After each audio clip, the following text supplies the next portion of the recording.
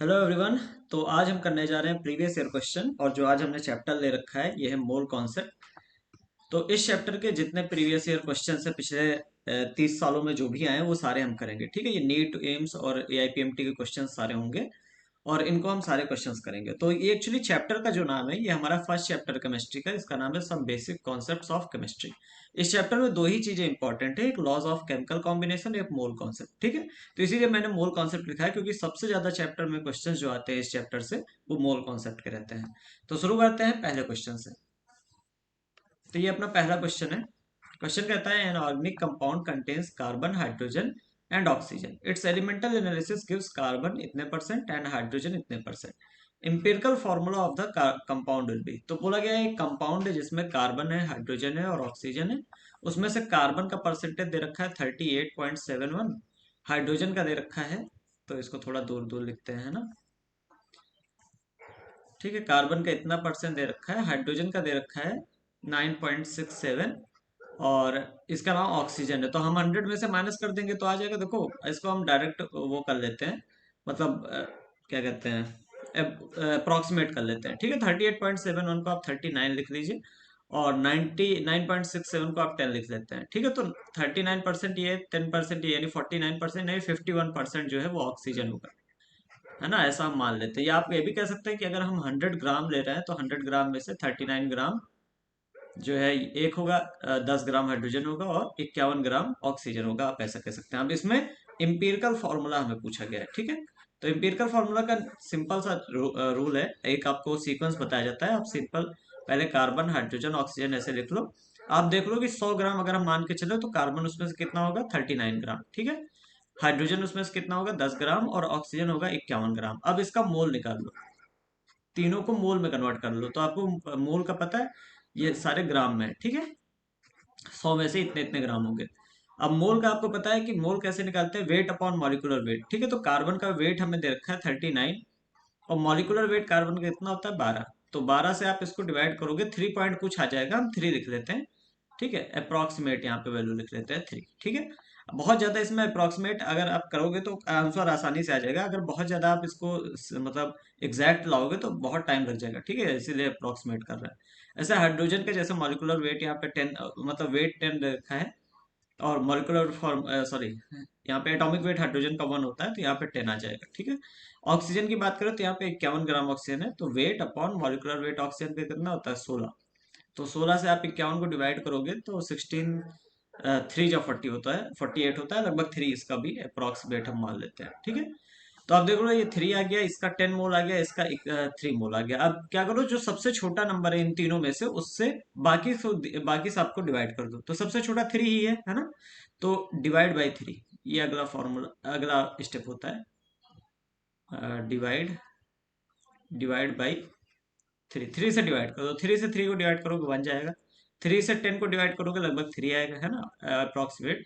3 से 3 को डिवाइड करोगे तो 1 आएगा, यानी कार्बन 1, हाइड्रोजन 3 और ऑक्सीजन 1, यानी हमारे पास सॉरी हमारे पास CH3O इस कंपाउंड का फॉर्मूला होना चाहिए। ये हमारा क्या कहते हैं, आंसर हो गया। ठीक है, तो CH3O यानी सी ऑप्शन सही है। तो देखो, इसमें दो ही आपका काम करना है, इसमें मोल निकालना है, सबसे छोटे वाले नंबर से डिवाइड कर देना, उसी हिसाब से लिख देना है। ठीक है, सेकंड क्वेश्चन पे चलते हैं। 1 cc N2O at NTP contains. तो एनटीपी और एसटीपी में कुछ खास अंतर नहीं होता है। ठीक है, तो एनटीपी आप लिखा रहे, एसटीपी आप मान के चलिए, कोई बात नहीं है। ठीक है, तो अब देखो, सीसी का मतलब होता है ml, बेसिकली क्यूबिक सेंटीमीटर इसको पढ़ते हैं, ये मिलीलीटर है। तो सीसी ml के बराबर होता है। तो बेसिकली हमें पूछा गया है कि 1 ml जो है N2O में क्या हो सकता है, एटम्स कितने होंगे, मॉलिक्यूल्स और इलेक्ट्रॉन्स कितने होंगे, या सारे आंसर सही है। तो सबसे पहले एटम निकाल लेते हैं कि कितने एटम होंगे, या सबसे पहले एक काम करो, सबसे पहले मॉलिक्यूल निकालते हैं। ठीक है, सबसे आसान यही रहेगा।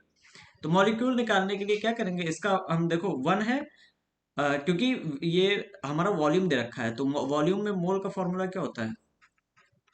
तो देखो, अगर वॉल्यूम दे रखा है तो वॉल्यूम हम रखते हैं, वॉल्यूम हम सॉरी वॉल्यूम हम रखते हैं लीटर में, अपॉन 22.4, ये मोल का फॉर्मूला होता है अगर वॉल्यूम दे रखा है। ठीक है, तो मॉलिक्यूल निकालने के लिए अब कितना लिखेंगे, कितने मोल होंगे, देखो मोल इक्वल टू वॉल्यूम हमें दे रखा है 1 मिलीलीटर, तो मिलीलीटर को आप लीटर में कन्वर्ट करोगे तो 1/1000 हो जाएगा, है ना।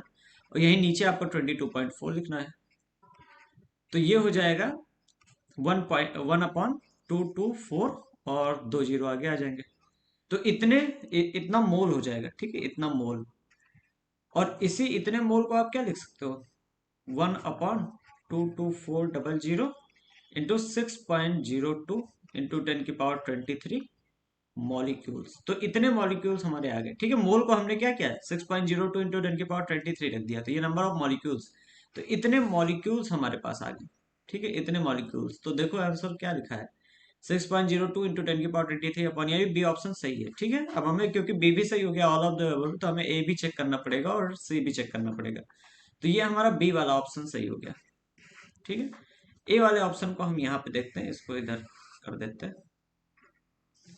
ए वाले ऑप्शन को हम यहाँ पे चेक करते हैं कि कितने एटम्स हो गए। अब देखो हमारे पास मॉलिक्यूल कितने आ गए, 6.02 इंटू 10⁻23 अपॉन 22400। इतने मॉलिक्यूल्स है, इतने मॉलिक्यूल्स मतलब इतने हमारे पास N2O हैं।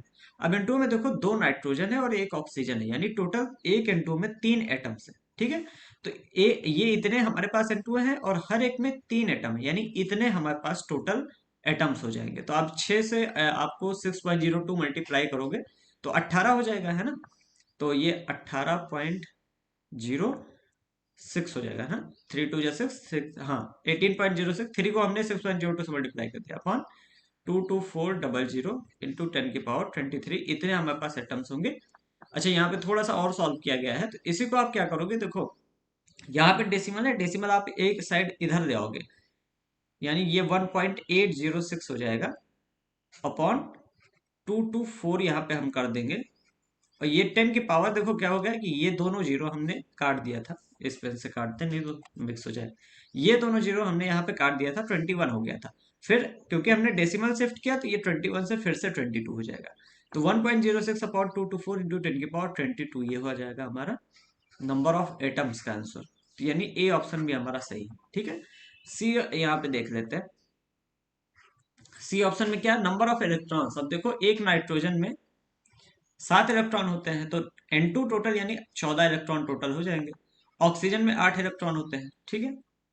तो 14 और 8 नंबर ऑफ इलेक्ट्रॉन है ना, हाँ यही पूछा गया, 14 8 यानी 22 इलेक्ट्रॉन, 22 इलेक्ट्रॉन टोटल है। और फिर टोटल नंबर ऑफ एटम्स हमारे पास कितने हैं, इतने, है ना। 1.8, 1.8 ही लिखते हैं, 0 6 हटा देते हैं, 1.8 अपॉन 224 इंटू 10⁻22, इतने एटम्स हैं हमारे पास। और नहीं, एटम से नहीं, मॉलिक्यूल से मल्टीप्लाई करना पड़ेगा, सॉरी, है ना। क्योंकि एटम तो नाइट्रोजन ऑक्सीजन मिला के हैं, हम मॉलिक्यूल से मल्टीप्लाई करेंगे क्योंकि हर एक मॉलिक्यूल में हमें 22 इलेक्ट्रॉन मिल रहा है, ठीक है। तो ये गलती ना करिएगा जो हमने की अभी। तो मॉलिक्यूल कितने हैं हमारे पास, 6.02 इंटू 10⁻23 अपॉन 22400, इतने मॉलिक्यूल हैं और 22 से मल्टीप्लाई कर दो। आप ये मल्टीप्लाई करेंगे, 6 दूनी 12, 6 दूनी 12 1 13, यानी 1.32 2 के आसपास कुछ आएगा, ठीक है। अपॉन 224 इंटू 10 की पावर, ये जो 23 है इसको हमने क्या किया है, ये 13 पॉइंट कुछ आ रहा था, ठीक है, तो एक डेसिमल इधर कर दिया है।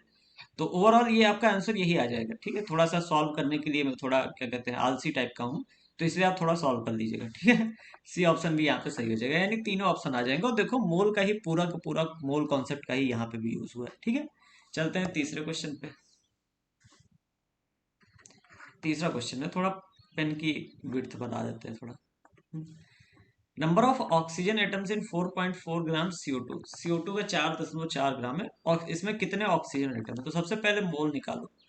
अगर वेट दे रखा है तो मेरे मोल का फॉर्मूला होता है वेट अपॉन मॉलिक्यूलर वेट, ठीक है, ये फॉर्मूला होता है। ये एम नहीं है, पता नहीं क्या बन गया ये, ठीक है। वेट कितना दे रखा है, 4.4 दे रखा है, और मॉलिक्यूलर वेट CO2 का निकालोगे 44 आएगा, है ना। कार्बन का 12, ऑक्सीजन का 16, O2 का 32, यानी 12 32, ये हो गया 44, ठीक है। दो ऑक्सीजन है ना, 16 दूनी 32 और 12, तो 44 आ जाएगा, यानी 1/10 ये आ गया आपका मोल।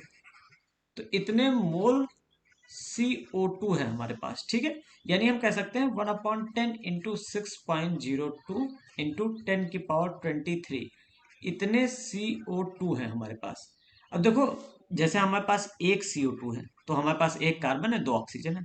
हमारे पास दो CO2 है, मतलब हमारे पास दो कार्बन है और चार ऑक्सीजन है ना, क्योंकि एक CO2 ये है, एक CO2 ये है, दो कार्बन चार ऑक्सीजन, ठीक है। ऐसे ही अगर हमारे पास इतने टोटल इतने CO2 हैं, है ना, इतने CO2 हैं, मतलब इतने हमारे पास इससे दो गुना, क्योंकि हर एक CO2 में दो ऑक्सीजन है, तो इससे दो गुना हमारे पास ऑक्सीजन हो गए। तो 1/10 इंटू टू, टू पहले लिख दिया है ना, 6.02 इंटू 10⁻23, इतना हमारे पास O2 आ जाएगा, इतना O2 आ जाएगा, ठीक है। ये काट दो, ये 21 हो जाएगा, और 6 से इसको मल्टीप्लाई कर दो, तो 6 दूनी 12 मान ले। अगर अबाउट निकालें तो नंबर ऑफ O2 के मॉलिक्यूल्स आ जाएंगे 12 इंटू 10⁻20, एक जीरो कट गया था, 22, है ना। 12 इंटू 10⁻22 है नहीं ऑप्शन। अच्छा, यहाँ पे 1.2 इन्होंने कर दिया है ना, ये ऑप्शन तो नहीं होगा क्योंकि 10.23 है।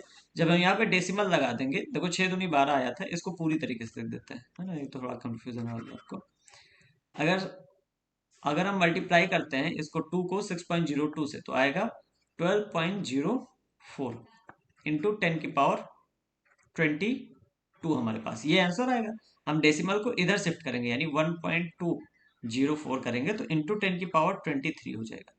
तो ये हमारे पास आंसर आ जाएगा, ठीक है, ये हमारे पास आंसर आ जाएगा। अच्छा, डेसिमल को शिफ्ट करने पे ये यहाँ पे 22 से 23 कैसे होता है, अगर आपको थोड़ा सा मैं मतलब मैथ में प्रॉब्लम हो रही हो तो मैं बता देता हूँ। जैसे मान लेते हैं 22.4 है, इंटू 10 की पावर, ये क्या हो रहा है, इंटू 10 की पावर 2 लिखा हुआ है, ठीक है।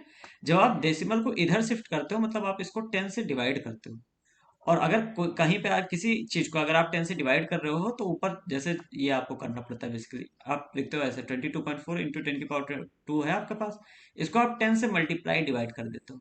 जब आप डिवाइड वाला जो 10 है वो यहाँ पे जाके क्या करता है, डेसिमल को शिफ्ट करा देता है।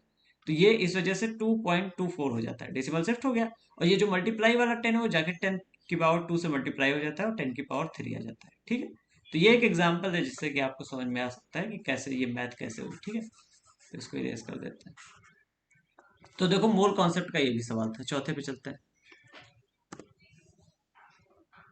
चौथा देखो, number of gram molecules of oxygen in 6.02 into 10 की पावर 24 CO मॉलिक्यूल्स। तो हमारे पास इतने मॉलिक्यूल्स है कार्बन मोनोऑक्साइड के।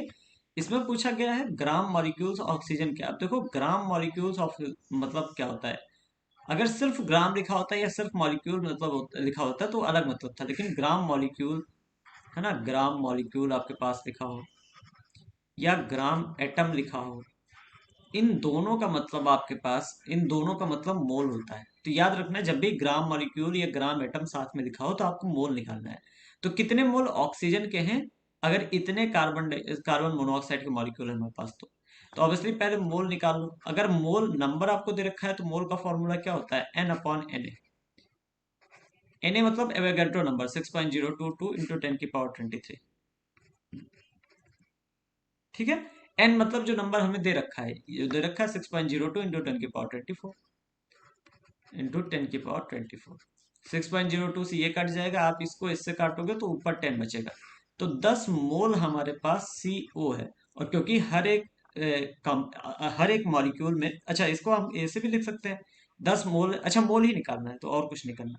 10 मोल CO है, तो अब हम ये भी कह सकते हैं कि 10 मोल कार्बन है और 10 मोल ऑक्सीजन है, ठीक है। तो हम लिख सकते हैं इसके अंदर 10 मोल ऑक्सीजन है, ऑक्सीजन है, ठीक है, नहीं तो कंफ्यूज हो जाओगे आप। 10 मोल ऑक्सीजन है। तो अच्छा, इसी को आप इन्होंने इस तरीके से देखो ग्राम मॉलिक्यूल के फॉर्म में लिख दिया, तो आप लिख सकते हो 10 ग्राम मॉलिक्यूल ऑक्सीजन का यहाँ पे है।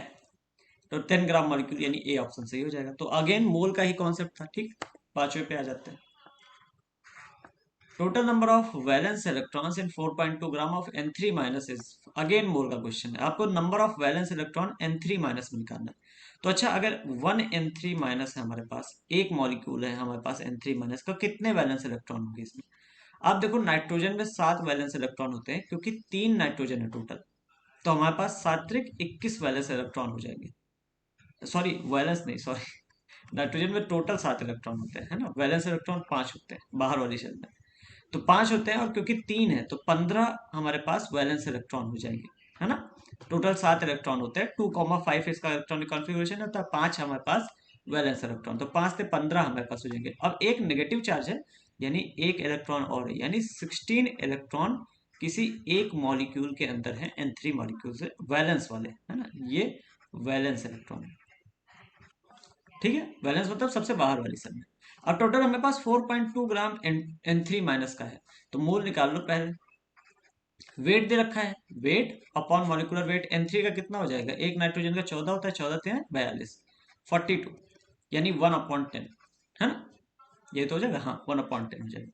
तो इतने मोल हमारे पास N3 माइनस है, और इतने मोल हैं, तो यानी हर N3 माइनस में हमारे पास 16 इलेक्ट्रॉन होंगे, तो इंटू 16 इतने मोल हमारे पास इलेक्ट्रॉन से या वैलेंस इलेक्ट्रॉन से आप कह सकते हो। ठीक है, तो यानी कि 16/10, है ना, हाँ 16/10 मोल इलेक्ट्रॉन है हमारे पास, या कह सकते हो 1.6 मोल इलेक्ट्रॉन है हमारे पास, ये आपका आंसर हो जाएगा। ठीक है, अच्छा यहाँ पे मोल को Na लिख दिया है ना, मोल को हम Na, यानी सी ऑप्शन सही हो जाएगा।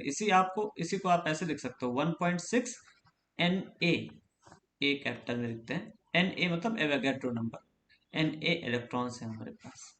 ठीक है, वैलेंस इलेक्ट्रॉन्स है हमारे पास। ठीक है, ऐसे लिख सकते हो। ठीक, तो फिफ्थ हो गया, सिक्स्थ पे चलते हैं।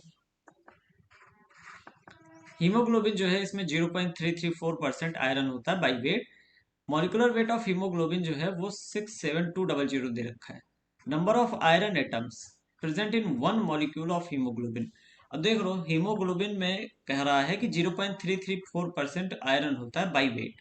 ठीक है, और मॉलिकुलर वेट हीमोग्लोबिन का 67200, ये मॉलिकुलर वेट है हीमोग्लोबिन का, इसका 0.334%, ये कितना क्या होता है हमारे पास, आयरन हो जाता है। तो हम वेट निकाल लेते हैं पहले, इसका 3 पॉइंट जितना परसेंट निकालते हैं तो हमारे पास आयरन का वेट आ जाएगा। ठीक है, इसको आप 00 से 00 काट दो, और 672 को 0.334 से मल्टीप्लाई करोगे तो कितना आएगा, कैलकुलेटर का यूज कर लेते हैं। ठीक है, तो हमें क्या करना है, 672 इंटू 0.334, 672 इंटू 0.334, 224.4, तो 224.4 ग्राम आयरन है हमारे पास। ये समझ में आ गया ना। देखो, ये टोटल वेट है हीमोग्लोबिन का। हीमोग्लोबिन के 0.334% जो वेट है वो आयरन का वेट है, ये अभी हमने निकाला, कुल इतनी चीज अभी हमने निकाली। ठीक है, इतना आयरन का वेट है, तो ये हमारे पास क्या है, ये Fe का वेट है, आयरन का वेट है। ठीक है, अब देखो इतना आयरन का वेट है, और एक आयरन जो है वो 56 ग्राम का होता है एटॉमिक वेट, क्योंकि देखो लिखा हुआ है आयरन का 56 है, तो हम इसको 56 से डिवाइड कर देंगे तो हमारा नंबर ऑफ एटम्स आ जाएंगे। ठीक है, तो 2 to 4 है, इसको हम 2 to 4 हो गया, एक सेकंड, क्या हो गया, 2 to 4.4 था, है ना, इसको आप डिवाइड कर दो कितने से, 56 से, तो देखो आ गया 4 एटम्स, यानी जब हम इसको डिवाइड कर देंगे, जो 2 to 4.4 ग्राम, इतना हमारे पास क्या है, आयरन है टोटल, एक हीमोग्लोबिन में टोटल इतना आयरन है, और एक आयरन का वेट जो है वो 56 है। जब हम लिखते हैं एटॉमिक वेट तो हम एक मोल का लिखते हैं, है ना, लेकिन एक एटम का भी हम बोल सकते हैं कि 56 है। तो जब, क्योंकि मोल और एटम हम कंपेयर कर सकते हैं एक जगह पे, ठीक है, मोल, मॉलिक्यूल, एटम और वॉल्यूम, ये चार चीजें कंपेयर की जा सकती हैं एक दूसरे से। तो 2 to 4.4/56 कर दोगे, आपका 4 आ जाएगा। 4 एटम्स प्रेजेंट हैं, क्या कहते हैं, उसके अंदर, हीमोग्लोबिन के अंदर। तो ये तो बायो का क्वेश्चन, मतलब सॉरी बायो कह रहा हूँ, एक्चुअली मैं बायो पढ़ाता हूँ ना, है ना, तो ये तो केमिस्ट्री का बेसिकली क्वेश्चन था ही नहीं, ये आपका मैथ का क्वेश्चन है। ठीक है, कि अगर हमारे पास टोटल परसेंटेज हमें दे रखा है कि टोटल हमारे पास कोई चीज इतनी है, उसका 0.334% आयरन है, तो हमने आयरन निकाल लिया। अब इतना हमारे पास, इतना टोटल हमारे पास आयरन आ गया, 2 to 4.4। अब क्योंकि हर एक आयरन जो है वो 56 ग्राम का वेट है, एटॉमिक मास यूनिट का है, 2 to 4 से हमने इसको 56 को डिवाइड कर दिया, 4 एटम आपके आगे। ठीक है, तो ए ऑप्शन आपका सही हो जाएगा। सातवां देख लो, number of moles of oxygen in 1 litre of air containing 21% oxygen by volume. Under standard condition. तो number of mole of oxygen का मतलब ऑक्सीजन का मोल पूछा गया है 1 लीटर एयर के अंदर, जिसमें 21% ऑक्सीजन है बाई वॉल्यूम से। तो देखो 1 लीटर एयर है, ये रेड कलर सही नहीं लग रहा है ना, चेंज कर लेते कलर, ये सही लगेगा। हाँ, 1 लीटर हमारे पास एयर है और सिर्फ इसका 21% ही हमारे पास क्या है, ऑक्सीजन है। अच्छा, 1 लीटर को हम लिख सकते हैं कि 1 लीटर जो है इसका 21% ऑक्सीजन है, यानी इसका 0.21 लीटर जो है O2 है। ये समझ में आया? इतने लीटर हमारे पास O2 है, तो नंबर ऑफ मोल्स कितना होगा, वही mole equal to volume in litre, यानी 0.21 अपॉन 22.4, है ना। जो आंसर आ जाएगा देख लेते हैं, कैलकुलेटर तो ही है अपने पास। हमारे पास 0.21 है, 0.21 डिवाइड करते हैं हम, सॉरी डिवाइड करते हैं हम 22.4 से, 0.093, तो ये हो जाएगा 0.0093, ये हमारा आंसर हो जाएगा। तो जीरो ए ऑप्शन सही हो जाएगा। तो आसान क्वेश्चन था, ठीक है। 8वें पे आ जाओ। Number of atoms in 4.2 gram of NH3, NH3 के 4.2 ग्राम में 4.25 ग्राम में कितने एटम्स होंगे। तो देखो एटम पूछा गया, नंबर ऑफ एटम ध्यान देना, ठीक है। तो पहले मोल निकाल लो, mole equal to weight upon molecular weight. देखो मोल का 3 ही फॉर्मूला है, वेट अगर दे रखा है तो weight upon molecular weight, molecular weight. Volume दे रखा है तो वॉल्यूम जिसको लीटर में रखना है अपॉन 22.4, हमेशा वॉल्यूम लीटर में रखना है। नंबर दे रखा है तो n upon N A, N A यहाँ पे 6.02 इंटू 10⁻23 यानी एवोगैड्रो नंबर है, ठीक है। यही 3 फॉर्मूला, यही अभी तक हमने लगाया और कुछ तो किया भी नहीं हमने, ठीक है। तो नंबर ऑफ एटम्स इन 4.25 ग्राम, अब वेट दे रखा है 4.25 ग्राम अपॉन मॉलिकुलर वेट NH3 का क्या होगा, नाइट्रोजन का 14 होता है और हाइड्रोजन का 1 होता है, तो 3 यानी 17 हो जाएगा, है ना। ये हमने ऐड किया तो 17 आ गया। तो इतने हमारे पास मॉलिक्यूल्स होंगे। और क्या पूछा गया, नंबर ऑफ एटम, तो क्योंकि हर एक मॉलिक्यूल में 4 एटम होंगे ना, एक नाइट्रोजन और 3 हाइड्रोजन होंगे। तो इसको आप क्या करोगे इतना, अच्छा इसको हम कह सकते हैं कि पहले इतने मोल होंगे हमारे पास, इसको हम लिख देते हैं इतने मोल हमारे पास है, इतने मोल हमारे पास NH3 है। या आप इसी को कह सकते हो 4.25 अपॉन 17 इंटू 6.02 इंटू 10⁻23, इतने NH3 हैं हमारे पास। और क्योंकि हर एक NH3 में 4 मॉलिक्यूल्स हैं, तो आप इसी को फिर से लिख सकते हो 4.25 अपॉन 17 इंटू 6.02 इंटू 10⁻23 इंटू 4, इतने एटम्स हैं हमारे पास, इतने एटम्स, है ना। नंबर ऑफ एटम पूछा गया है। अब इसको आपको डिवाइड और मल्टीप्लाई करना है, तो देखते हैं कैसे करते हैं। थोड़ा सा हम क्या करते हैं, अप्रोक्सीमेशन यूज कर लेते हैं, ठीक है।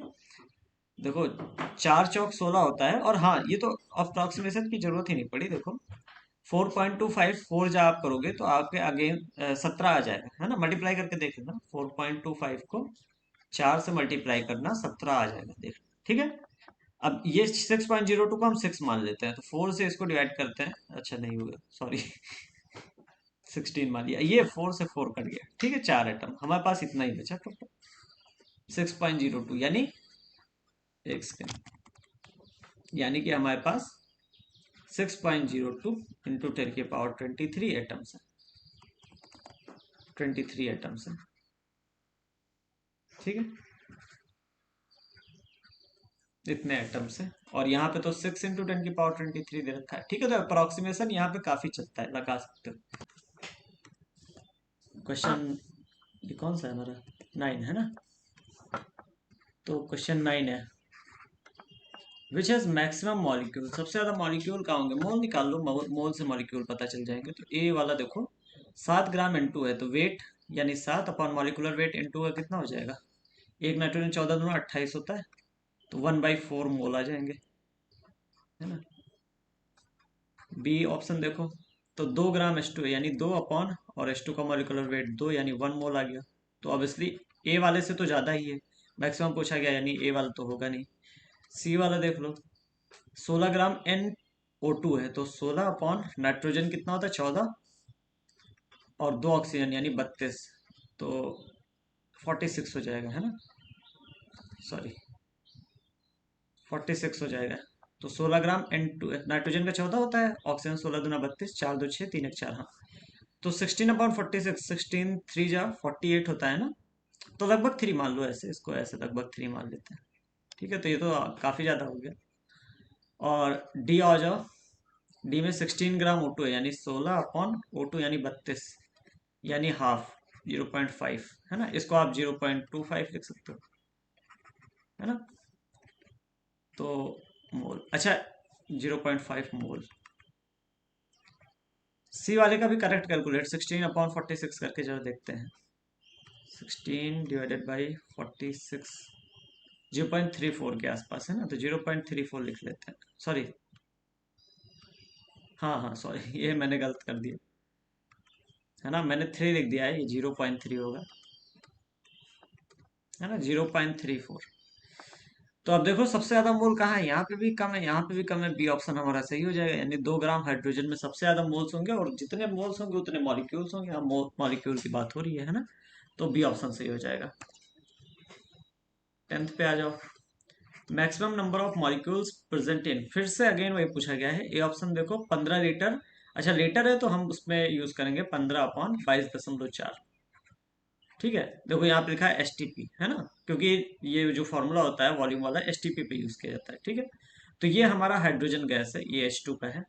बी देखो 5 लीटर, यानी 5/22.4, ये किसका है, N2 का है। ठीक है, इतने मोल्स हैं, इतने मोल्स, इतने मोल, मोल अब निकाल रहे हैं। सी देखो 0.5 ग्राम है, अब ग्राम है तो वही वेट वाला 0.5/H2 है, यानी 2, तो ये हो जाएगा 5/20 कह लो, है ना, 1/4 यानी 0.25, यहीं पे डिवाइड कर लेता मैं चलो ठीक है, डी वाला देख लो, 10 ग्राम O2 गैस, तो 10/O2 यानी 32, तो ये तो काफी कम हो जाएगा। ठीक है, कितना हो जाएगा, 10/32, 10/32 कितना हो जाएगा, 0.3 हो जाएगा। तो सबसे ज्यादा molecules, maximum number of molecules कहाँ हो जाएंगे, अच्छा इसको भी अगर हम डिवाइड करें, 5/22.4 जो है कितना आ जाएगा, 1/4 से भी कम आएगा, है ना, तो 5/22.4। देखो अगर आपका प्रैक्टिस से आती है तो इतना करना नहीं पड़ता, आप सोच रहे हैं कि कैलकुलेट करना पड़ेगा, ऐसा कैलकुलेटर की यूज ही नहीं करनी पड़ेगी, है ना। तो 0.2 मोल आ रहा है ना। इसका भी 15/22.4 करोगे तो 0.0 कुछ करके आएगा, 15/22.4, 0.66 के आसपास, 66 के आसपास आएगा, है ना, क्योंकि 15 है, ऊपर वाला ज्यादा है। तो आपके सामने है सारा, कौन सा सबसे ज्यादा हो गया, 0.3 है, 0.25, 0.2 है, ये ऑप्शन यहाँ पे सही हो जाएगा, यानी 50। तो 11th है, number of atoms in 0.1 mole of a try atomic gas. देखो ट्राई एटॉमिक मतलब 3 एटम वाली गैस, है ना, 3 एटम वाली गैस, जैसे X3 मान लेते हैं। ठीक है, इस, तो number of atoms in 0.1 mole of a try atomic, अच्छा एक मोल अगर उस गैस का होता, एक मोल अगर उस गैस का होता तो कितने एटम्स होते हैं, 6.02 इंटू 10⁻23, यही तो होता है एक मोल, मतलब इतने एटम है या इतने मॉलिक्यूल है। हमने कहा एक मोल अगर उस गैस का है तो इतने मॉलिक्यूल्स होते हैं, इतने मॉलिक्यूल्स होते हैं X3 के। ठीक है, अब लेकिन क्योंकि देखो हर एक X में 3 है, तो हमारे पास एटम कितने होते हैं एक मोल में, एक मोल में एटम्स कितने होते हैं, और देखें, तो इसको हमें 3 से मल्टीप्लाई करना पड़ता है, 02 इंटू 10⁻23, इसको 3 से मल्टीप्लाई कर देता तो इतने एटम्स आ जाते हैं एक्स के, है ना, क्योंकि 3 3 एटम के बने हुए एक मॉलिक्यूल है। ठीक है, यानी कितने एटम हो गए, 6 3 जा 18, और 3 2 जा 6, तो 18.06 इंटू 10⁻23, इतने एटम्स होते हैं एक्स के, इतने एक्स के एटम हो गए। ठीक है, लेकिन ये एक मोल की बात हो रही है ना, ये एक मोल एटम्स की बात हो रही। ठीक है, अगर 0.1 मोल ले लें, यानी हमने 10 से इधर डिवाइड कर दिया, इधर से इधर भी आपको 10 से डिवाइड करना पड़ेगा, यानी 1.8 into, sorry 1.806 into 10⁻23 atoms of x. ठीक है, ये हमारा आंसर हो जाएगा।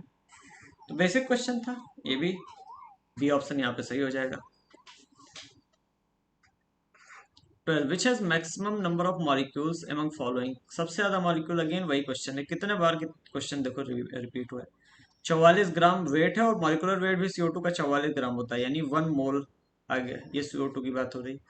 बी ऑप्शन देखो, 48 ग्राम O3 है, तो 48 और O3 जो है, एक एक ऑक्सीजन का 3 होता है और 16, है ना, एक ऑक्सीजन का 16 होता है, 3 ऑक्सीजन है, यानी 48 ये भी हो जाएगा भाई, 16 3 जब आप करेंगे 48 आ जाएगा, ठीक है, तो ये भी एक मोल है। अच्छा, सी ऑप्शन देखो, 8 ग्राम H2, तो 8/H2 का 2 होता है, यानी 4 मोल, सबसे ज्यादा ये होना चाहिए। डी देखो, 64 ग्राम SO2, तो 64 एस जो है इसका 32 होता है और O2 दोनों मिला के 32 हो जाएंगे, यानी 64 आ जाएगा, 64/64 यानी 1 मोल। अगेन सी ऑप्शन यहाँ पे सही हो जाएगा, तो यहाँ पे सी ऑप्शन सही हो जाएगा। 13 पे आ जाओ, mixture of gases contain H2O2 gases in the ratio 1:4 weight by wait, what is the molar ratio of the two gases in the mixture. अब देखो ये इंपॉर्टेंट क्वेश्चन है, मैंने कहा था कि जो मोल होता है वो वेट से अलग तरीके से निकाला जाता है और वॉल्यूम से अलग तरीके से निकाला जाता है, ठीक है, और नंबर से अलग तरीके से, तीनों का फॉर्मूला आपको पता है। अब यहाँ पे बोला गया है कि हाइड्रोजन ऑक्सीजन गैस है 1:4 के, उसमें वेट बाई वेट के हिसाब से, ठीक है। तो मतलब अगर हम मान लेते हैं कि हमारे पास 5 ग्राम गैस है, उसमें से 1 ग्राम H2 है हमारे पास और 4 ग्राम O2 है हमारे पास, ये हमारे पास दे रखा है, ठीक है, 5 ग्राम में से ये हमारे पास है। What is the molar ratio of the two gases in the, तो इनके मोल का रेशियो कितना होगा, तो अगर 1 ग्राम H2 है तो उसका मोल कितना होगा, वेट अपॉन इसका मॉलिकुलर वेट, यानी 2, यानी 0.5 मोल होगा। अच्छा, 4 ग्राम H2 है तो इसका वो कितना होगा, weight, weight upon molecular weight, molecular weight O2 का कितना हो जाएगा, 32, तो 1/8 है ना, 4 8 32 होता है 1/8, तो 1/8 का डिवाइड करोगे तो कितना आ जाएगा, 0.1, 8 1 8, 20 हो गया, 25 है ना, 0.125, हाँ यही होगा। तो अब देखो ये 0.5 मोल अगर ये है तो 0.125 मोल ये है, मतलब ओवरऑल हाइड्रोजन का अमाउंट यहाँ पे देखो ज्यादा है ना, जबकि वो 1 ही ग्राम है, फिर भी उसका मोल ज्यादा है, क्योंकि वेट और मोल में अंतर है। वेट अगर आप देखो तो हाइड्रोजन का ज्यादा है, और सॉरी, ऑक्सीजन का ज्यादा है, हाइड्रोजन का कम है, लेकिन अगर नंबर ऑफ मॉलिक्यूल्स देखो तो हाइड्रोजन के ज्यादा हो गए, मोल देखो तो हाइड्रोजन के ज्यादा हो गए, ऑक्सीजन के कम हो गए, है ना। तो देखो मोल का रेशियो पूछा गया है, तो यही रेशियो होगा, H2 रेशियो O2 का रेशियो जो होगा वो 0.5/0.125 होगा। इसको थोड़ा सॉल्व कर लेते हैं, तो देखो ऊपर नीचे 1000 से मल्टीप्लाई कर देते हैं, तो ये 500 हो जाएगा अपॉन 125 हो जाएगा, है ना, डेसिमल हटाने के लिए हमने 1000 से मल्टीप्लाई किया, 5 से डिवाइड कर दो, ये एड्रेस हो जाएगा, ये 5 दूनी 10, 5 5 25, 25 चौका 100, यानी 4:1, जस्ट बदल गया, जस्ट उल्टा हो गया, है ना, जज्बात बदलती है एकदम, डी ऑप्शन सही हो जाएगा। 13 हो गया, 14 पे आ जाओ, number of water molecules is maximum, सबसे maximum water molecule, A option देखो, सब में वाटर ही है, तो डिवाइड बाई 18 करना है अगर ग्राम है तो 1.8 divided by 18, water molecular weight H2O होता है ना वाटर, इसका मॉलिकुलर वेट 18 ग्राम होता है, ठीक है, तो 1.8/8 यानी 1/10 यानी 0.1 आ गया। बी देखो 18 ग्राम है तो 18/18 यानी 1 मोल आ गया। सी देखो 18 मोल है, ये देखो ये तो बहुत बड़ी बात हो गई, 18 मोल ऑलरेडी दे रखा है, तो सबसे ज्यादा अभी तक तो सी ही आया है। डी देखो 18 मॉलिक्यूल है, मॉलिक्यूल, तो इसका मोल निकालने के लिए आपको क्या करना होगा, नंबर यानी 18 अपॉन एवोगैड्रो नंबर यानी 6.02 इंटू 10 की पावर 23, जो कि बहुत कम आ जाएगा, है ना, 6 3 18 अगर मान लो तो 3 इंटू 10 की पावर -23, इतने मोल है ना, इतने मोल है, तो ये तो बहुत कम है ना, तो डी वाला सबसे कम होगा, सी वाला यहाँ पे हमारा आंसर हो जाएगा, सी सबसे ज्यादा है, ठीक है, मैक्सिमम पूछा गया था, हाँ सही है। 15 पे आ जाओ, अगर एवोगैड्रो नंबर Na जो है वो 6.022 इंटू 10 की पावर 23 से इतने में चेंज कर दिया जाए तो क्या चेंज हो जाएगा। देखो ए ऑप्शन देखो, mass of 1 mole of carbon, बिल्कुल चेंज हो जाएगा, पहले 1 मोल कार्बन कितना हुआ करता था, 6.022 इंटू 10 की पावर 23, है ना।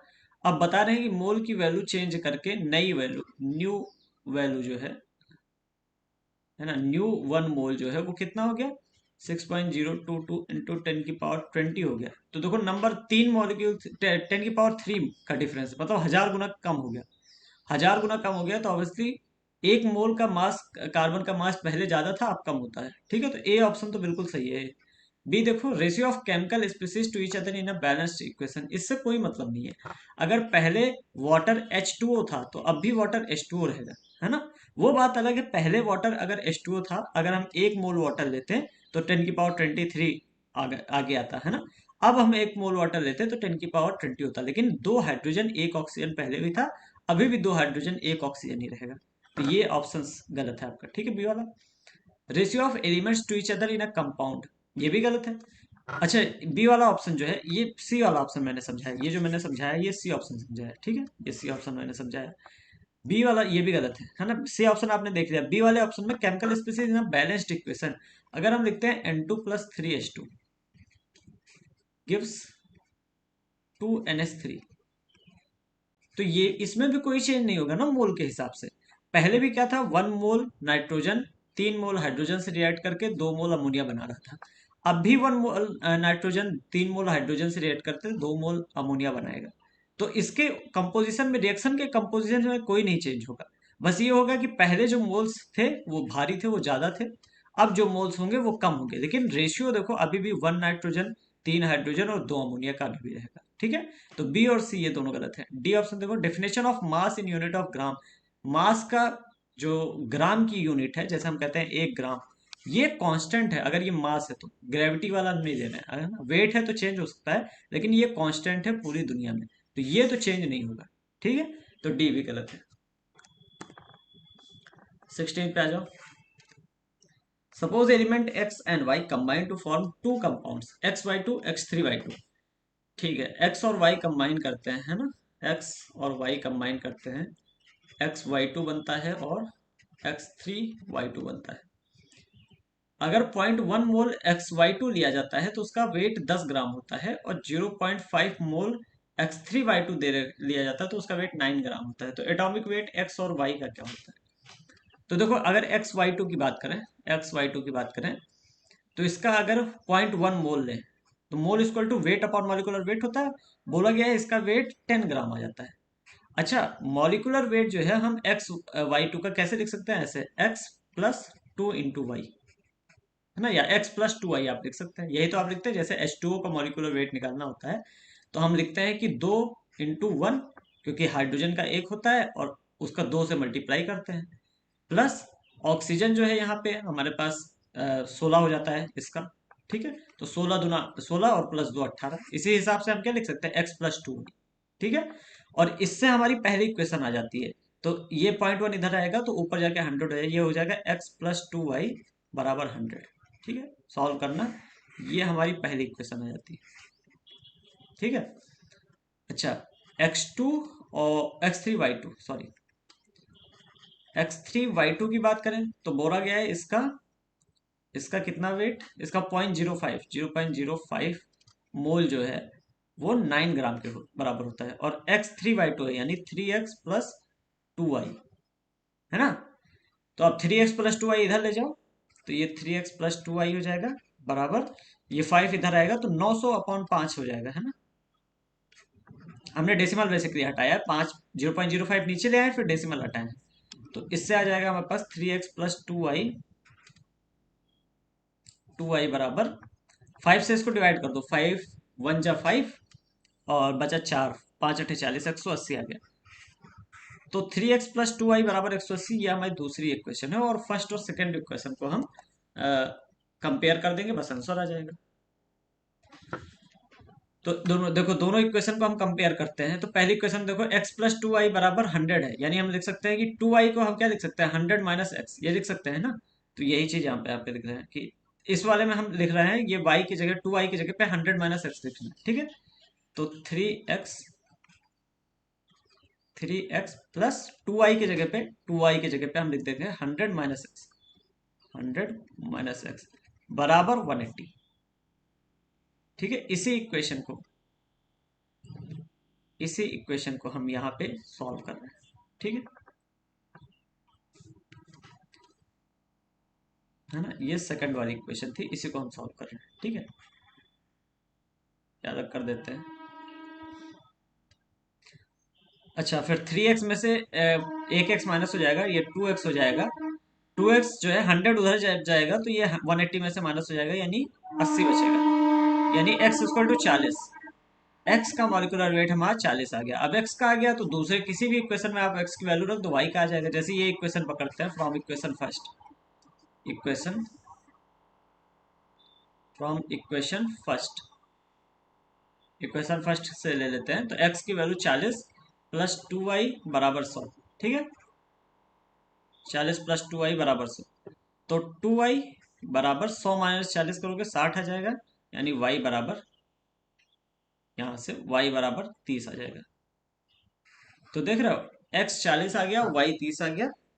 अगेन मूल से ये सॉल्व हुआ, तो 40 30 यानी ए ऑप्शन सही हो जाएगा, 16 का ए। 17 पे आ जाओ। In which case is the number of molecules of water maximum. अरे यार, बार बार वही क्वेश्चन। ये देखो, मोल निकालना है आपको, क्योंकि ml दे रखा है यानी वॉल्यूम है, और आगे देखो कहीं नहीं लिखा है एसटीपी है या एचटीपी, मतलब एनटीपी है। हम मान के चलेंगे कि ये एसटीपी पे है, नहीं तो हमें कंपेयर करना है आता ही नहीं है ना। अगर ये एसटीपी पे नहीं है, ये भी एसटीपी पे है, अच्छा ये तो ग्राम है ना। अगर ये एसटीपी पे नहीं है तो हम नहीं कंपेयर कर सकते, ठीक है। तो यहाँ पे हम मान के चलेंगे कि एसटीपी पे। तो बोला गया क्या, 18 ml ऑफ वाटर, यानी यहाँ पे वॉल्यूम का काम है, तो 18 ml को लीटर में चेंज करो, यानी 1000 डिवाइड कर दिया अपॉन 22.4, ये तो यही रहेगा ही। तो वॉल्यूम अपॉन 22.4, लेकिन वॉल्यूम लीटर में रखना है, इस वजह से 1000 से डिवाइड किया, तो यानी हो जाएगा 18/22400, ठीक है। बी ऑप्शन देखते हैं, 0.18 ग्राम ऑफ वाटर, यानी 0.18 अपॉन वाटर का मॉलिक्यूलर वेट 18 है ना, वेट अपॉन मॉलिक्यूलर वेट। तो ये हो जाएगा, अगर 100 से मल्टीप्लाई कर दे ऊपर नीचे, तो 1/100 यानी 0.01 मोल, ठीक है। सी आ जाएगा, सी देखो, 0.00224 लीटर ऑफ वाटर वेपर यानी gas at 1 atmosphere and 273 kelvin, ठीक है। तो इतना लीटर दे रखा है वॉल्यूम, 0.0024 लीटर, और 1 एटमॉस्फेयर और 273 केल्विन, ये क्या है, एसटीपी है, ठीक है। तो यहाँ पे देखो एसटीपी इन्होंने दे रखी है, यहाँ पे एसटीपी नहीं दे रखी है, ठीक है। तो इतना थोड़ा बहुत मान लेना अगर ऐसा ही क्वेश्चन रहा। तो वॉल्यूम दे रखा है हमारे पास, और लीटर में दे रखा है, तो चेंज करने की जरूरत है नहीं, 0.00224 इसको थोड़ा क्या करो, ऊपर नीचे कितने से, 10 की पावर 5 से मल्टीप्लाई कर दो, ये पूरा ऊपर से डेसिमल हट जाए, तो 224 आ गया ऊपर, अपॉन इसको भी 5 उससे मल्टीप्लाई करोगे तो 4 जीरो आ जाएंगे सामने, है ना, एक डेसिमल हटेगा और 4 जीरो एक्स्ट्रा बच जाएगा, यानी ये आ जाएगा 0.0001, ठीक है। सॉल्व नहीं हो रहा होगा तो थोड़ा वेट कर लेना, हाँ हमारी आदत पड़ गई है तो थोड़ा जल्दी हो जाता है। 10 की पावर -3 मोल ऑफ वाटर, 10 की पावर -3 है तो डायरेक्ट मोल में दे रखा है, तो 10 की पावर -3 मोल। अब सबसे ज्यादा मॉलिक्यूल कहाँ होगा, तो देखो यहाँ तो बहुत कम मॉलिक्यूल है, 0.001 मोल, इतने कम मॉलिक्यूल, बहुत कम मॉलिक्यूल है, ठीक है। यहाँ पे भी काफी कम मॉलिक्यूल है, लेकिन फिर भी उतना भी ज्यादा कम नहीं है, ठीक है। इसको आप ऐसे लिख सकते हो, 10 की पावर -2 लिख सकते हो, ठीक है। इधर देखो, 18 को थोड़ा सा डिवाइड करते देखते हैं, 18 डिवाइडेड बाई 22400, 18 डिवाइडेड बाई 22400 कितना आया, 8.03 के आसपास, तो कुछ ज्यादा ही आ रहा है, ये कैसे आ गया, 18 डिवाइडेड बाई 22400, नहीं कुछ अलग आ रहा है, एक सेकंड रुको, हम अपने हिसाब से करते हैं, है ना, इसको 2 से पहले काटते हैं। 2 2 9 जा 18, और ये 11200 हो जाएगा। अब अगर हम इससे डिवाइड करें 9 से, 11200, अभी ये किससे कटेगा, नहीं कटेगा, तो आओ करते हैं यहाँ पे, कोई काम है नहीं तो यही किया जाए, है ना। 112 से 9 को डिवाइड कर देंगे, फिर जब 2 जीरो जो है उसके हिसाब से डेसिमल लगा लिया जाएगा, ठीक है। तो 0 पॉइंट, फिर यहाँ पे 0, फिर 0, फिर यहाँ पे 0, तो लगभग 9 जा तो ज्यादा हो जाएगा, 8 जा के हिसाब से आएगा, तो 0.08 मान के चलेंगे, ठीक है। अब लेकिन क्योंकि डबल जीरो और है, तो हम 0.20 और लगाएंगे, यानी 0.0005 फिर 8 है ना, 3 जीरो एक्स्ट्रा। हाँ, एक लगा था, हमने दो और लगाए, तो इतने मोल आए इसके। तो देखो ये भी बहुत कम है, ये भी बहुत कम है, ये भी 10 की पावर -3 है, ये भी कम है, यानी बी ऑप्शन यहाँ पे सही है। बी ऑप्शन सबसे ज्यादा 0.18 ग्राम ऑफ वाटर में सबसे ज्यादा मोल्स है, ठीक है। तो थोड़ा सा यहाँ पे कंफ्यूजन, कंफ्यूजन क्या, थोड़ा सा कैलकुलेशन में प्रॉब्लम हुई। कैलकुलेशन आपकी स्ट्रांग हुई तो इस तरह क्वेश्चंस का भी मतलब प्रैक्टिस आपकी करेंगे थोड़ा सा आसान है ये काफी। 18 देखो, which one of the following has maximum number of atoms, फिर वही। तो यहाँ पे तो एटॉमिक मास दे रखा है साइड में, अच्छा हुआ। तो 1 ग्राम एजी है, यानी 1/108 weight upon molecular weight. B में देखो 1/24, सी में देखो 1/16, और डी में देखो 1/7, है ना। अच्छा O2 है, तो O2 की जगह पे आप 16 नहीं 32 हो गए, सॉरी। और देख लेते हैं, ज़्यादा ही जल्दी में हो गए हम। Mg तो ठीक है, O2 और Li भी ठीक है, हाँ सही है। यहाँ पे ध्यान देना, क्योंकि 16 ऑक्सीजन है, यहाँ पे O2 है ना, तो मॉलिकुलर वेट हमारा 2 ऑक्सीजन के हिसाब से 32 आएगा। अब यहाँ पे सबसे ज्यादा किसमें है, जिसका डिनोमिनेटर कम होगा वही सबसे ज्यादा होगा, यानी डी ऑप्शन सही हो जाएगा। यहाँ पे डी ऑप्शन सही हो जाएगा। आप मतलब डेसिमल में निकाल के दे, अरे यार ये होता है ना, अगर एक्स बाई वाई है, जितना ज्यादा एक्स होगा उतनी वैल्यू इस पूरे की बढ़ेगी, या फिर जितना कम वाई होगा उसकी वैल्यू पूरी बढ़ेगी। अब यहाँ पे एक्स जो है वो सबके लिए सेम है, 1 है, तो वाई जितना कम होगा उतनी वैल्यू बढ़ेगी, ठीक है। तो 18 हो गया। 19 आ जाओ। बोरान में दो स्टेबल आइसोटोप है, B10 19% है, B11 81%। एवरेज एटॉमिक वेट, अब ये थोड़ा अलग क्वेश्चन आया, ठीक है। तो देखो एवरेज एटॉमिक वेट का फॉर्मूला क्या होता है। आपको आइसोटोप, जो भी आइसोटोप दिया है उसकी जो मतलब एटॉमिक नंबर दे रखा है, जैसे इस वाले बोरॉन का 10 दे रखा है, तो एटॉमिक नंबर इनटू आपका परसेंटेज दो दे रखा है, उन सबको ऐड कर लेना है। जैसे दो, अगर आइसोटोप यहाँ पे दे रखा है तो दो के लिए, तीन है तो तीन के लिए, सबके लिए ऐड कर लेना है, अपॉन 100 कर देना, आंसर आ जाएगा। तो एवरेज एटॉमिक वेट कितना हो जाएगा। एवरेज एटॉमिक वेट हमारा बोरॉन के लिए देखो, दो आइसोटोप है, एक का आइसोटोप एटॉमिक नंबर 10 है जिसको 19% पाया जाता है, जो कि प्लस दूसरे का है 11 जो कि 81% पाया जाता है ना, अपॉन 100। ये सॉल्व करना है, तो ये हो जाएगा 190, प्लस इसको मल्टीप्लाई करोगे तो, अगर अगर इसको 80 मान के चलो, तो 80 और इंटू 11 880। एक सेकेंड राइट कर ही देते हैं यार, 891, ठीक है, अपॉन 100। तो ये हो जाएगा 1 9 9 18, है ना, और 8 1 9 1 10, अपॉन 100। ये हो जाएगा 10.81। ये हमारा आंसर हो जाएगा 10.81 ग्राम, यानी बी ऑप्शन है ना 10.8, A option, sorry A option सही हो जाएगा। तो ये एवरेज एटॉमिक वेट का आपको फॉर्मूला अगर याद रहा, ये तुरंत क्वेश्चन हो जाएगा, ठीक है। 20 पे आ जाओ। एलिमेंट एक्स है जिसका आइसोटोप कंपोजिशन, अगेन देखो यहाँ पे 3 आइसोटोप दे रखे हैं, ठीक है। एवरेज एटॉमिक मास फिर से निकालना है, ठीक। तो वही करते हैं, एवरेज एटॉमिक मास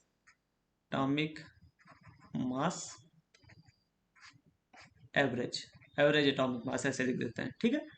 तो पहला आइसोटोप जिसका एटॉमिक नंबर 200 है और 90% पाया जाता है, प्लस दूसरे का कितना 199 है जो कि 8% पाया जाता है, प्लस तीसरे का 202 है जो कि 202 है जो कि 2% पाया जाता है, अपॉन 100 कर दो। तो अब इसको मल्टीप्लाई करना पड़ेगा, 9 दूनी 18, 3 जीरो लगा दो, प्लस 199 इंटू 8। तो अगर ये 200 होता तो 200 इंटू 8 करते तो कितना आता, 1600। 1600 में से 8 माइनस करो, तो 1600 में से 8 माइनस करोगे तो 1592 आ जाएगा, है ना, यही आना चाहिए। कैलकुलेटर हमने बंद कर दिया, रुको। 199 इंटू 8 है ना, 1592, ठीक है। 1592 प्लस ये करोगे 404 आ जाएगा, ये तो आसान है, अपॉन 100। तो ऐड करो इसको, कितना आएगा, लाइन से लिख के ऐड करते हैं जैसे सेकंड क्लास में करते थे, है ना। 1592, 404, 4 2 6 9, 5 4 9, 8 1 9 और 1 हो जाएगा 19996 अपॉन 100, यानी 199.96 अपॉन, सॉरी, अपॉन 100 गया है ना, 96, ये हमारा इतने ग्राम आंसर हो जाएगा। तो 199.96, तो इसको 200 लिख दें, है ना, क्योंकि 96 है ना। हाँ, अप्रोक्सीमेट करोगे तो आप टू आंसर, यानी डी ऑप्शन आपका सही हो जाएगा। ठीक है, तो ये हो गया 20, ये है 21, इसको पहले छोटा करते हैं।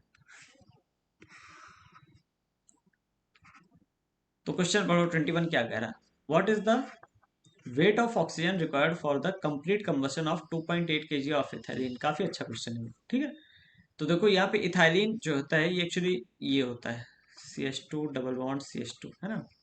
इथीन जो होता है इसी को इथाइलिन कहते हैं, ठीक है। तो इसका मॉलिक्यूलर वेट कितना हो जाएगा, तो 2 कार्बन है यानी 12 और 12 24 प्लस 4, यानी, है ना, 4 हाइड्रोजन है तो 4, यानी 28 इसका मॉलिक्यूलर वेट हो जाएगा। ठीक है, तो what is the weight of oxygen required for complete, अच्छा इसका कंप्लीट कंबशन करना है, यानी C2H4 का कंप्लीट कंबशन करना है। कंबशन मतलब इसको जलाना है या कि ऑक्सीजन से रिएक्ट कराना है ना। जब भी कंबशन लिखा रहा है तो मतलब आपका ऑक्सीजन से रिएक्ट कराना है। और किसी भी हाइड्रोकार्बन को जब ऑक्सीजन से आप रिएक्ट कराते हैं तो CO2 और वाटर, ये दोनों चीजें बनती है। ठीक है, अब यहाँ पे बड़ी बात हो जाती है रिएक्शन को बैलेंस करना। तो रिएक्शन को बैलेंस कैसे करेंगे, ये इंपॉर्टेंट बहुत हो जाता है। तो देखो यहाँ पे 2 कार्बन है, अब सबसे पहले क्या करना, यहाँ पे क्योंकि 2 कार्बन है तो यहाँ पे 2 लिख देना। ठीक है, सबसे पहला काम यही करना, मैं थोड़ा सा स्टेप बता रहा हूँ। हाइड्रोकार्बन की ये जो कंबशन वाली बैलेंस होती है, बैलेंसिंग होती है, इसका थोड़ा आपको ध्यान रखना चाहिए। ठीक है, अगर 2 कार्बन है तो सबसे पहले CO2 के सामने 2 लिख दो, कार्बन का नंबर बैलेंस हो गया। अब देखो ऑक्सीजन का नंबर 4 हो गया, साथ में यहाँ पे एक ऑक्सीजन और है, 5 ऑक्सीजन टोटल हो गई। ठीक है, यहाँ पे हम 5 तो नहीं लिख सकते, है ना। अच्छा, हाइड्रोजन देखो, ऑक्सीजन छोड़ो, पहले हाइड्रोजन देखो, यहाँ पे कितने, 2 है, यहाँ पे 4 है, तो यहाँ पे आपको 2 लिखना पड़ेगा, जिससे कि हाइड्रोजन 4 हो जाएंगे। अब ऑक्सीजन का नंबर देखो, तो 2 दूनी 4, यहाँ पे 4 ऑक्सीजन, कार्बन डाइऑक्साइड में टोटल 4 ऑक्सीजन है क्योंकि 2 कार्बन डाइऑक्साइड है ना। साथ में 2 ऑक्सीजन यहाँ पे है क्योंकि 2 वाटर के मॉलिक्यूल है, तो 4 2 6, एक सेकंड रुको, 2 इधर है, हाँ, 4 2 6 ऑक्सीजन यहाँ पे।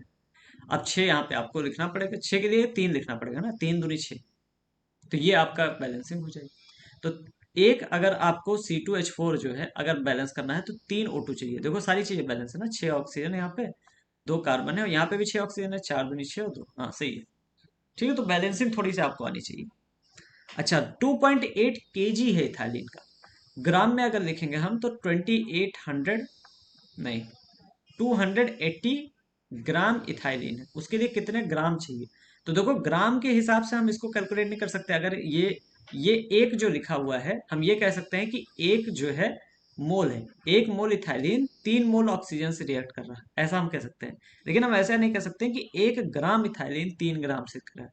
तो जो स्टोइक्योमेट्री होती है वो वेट को फॉलो नहीं करती है, इसी वजह से हम ग्राम टर्म यूज नहीं कर सकते। तो ध्यान देना, 280 ग्राम को हमें मोल में चेंज करना पड़ेगा, क्योंकि हम ये कह सकते हैं कि 1 मोल C2H4 3 मोल ऑक्सीजन से रिएक्ट कर रहा है। तो मोल के हिसाब से चेंज करोगे क्या हो जाएगा, वेट यानी 280 अपॉन मॉलिक्यूलर वेट यानी 28, तो आ गया कितना, 280 से डिवाइड करोगे 10 मोल। तो हम ये कह सकते हैं कि 10 मोल जो है C2H4 रिएक्ट कर रहा है, और उसके लिए फिर 30 मोल ऑक्सीजन चाहिए, क्योंकि एक के लिए 3 चाहिए तो 10 मोल के लिए 30 मोल ऑक्सीजन चाहिए। अब 30 मोल ऑक्सीजन है मतलब कितने ग्राम है, क्योंकि हमें देखो आंसर ग्राम में देना है, कितने केजी है। तो मोल के फॉर्मूला लगा दो भाई, mole equal to weight upon molecular weight, O2 का कितना होगा 32, तो 32 इधर जाके मल्टीप्लाई होगा, यानी वेट आ जाएगा 90, है ना, 3 2 6, 96 960 आ जाएगा। लेकिन ये ग्राम में है, अगर वही केजी में लिखा जाए तो वेट इक्वल टू 9.6 kg हो जाएगा, है ना। ये हमारा आंसर हो जाएगा। ठीक है, तो नहीं नहीं, कुछ गलत हुआ है, क्योंकि केजी में चेंज करेंगे तो 0.96 आएगा, जो कि आंसर में कहीं नहीं है।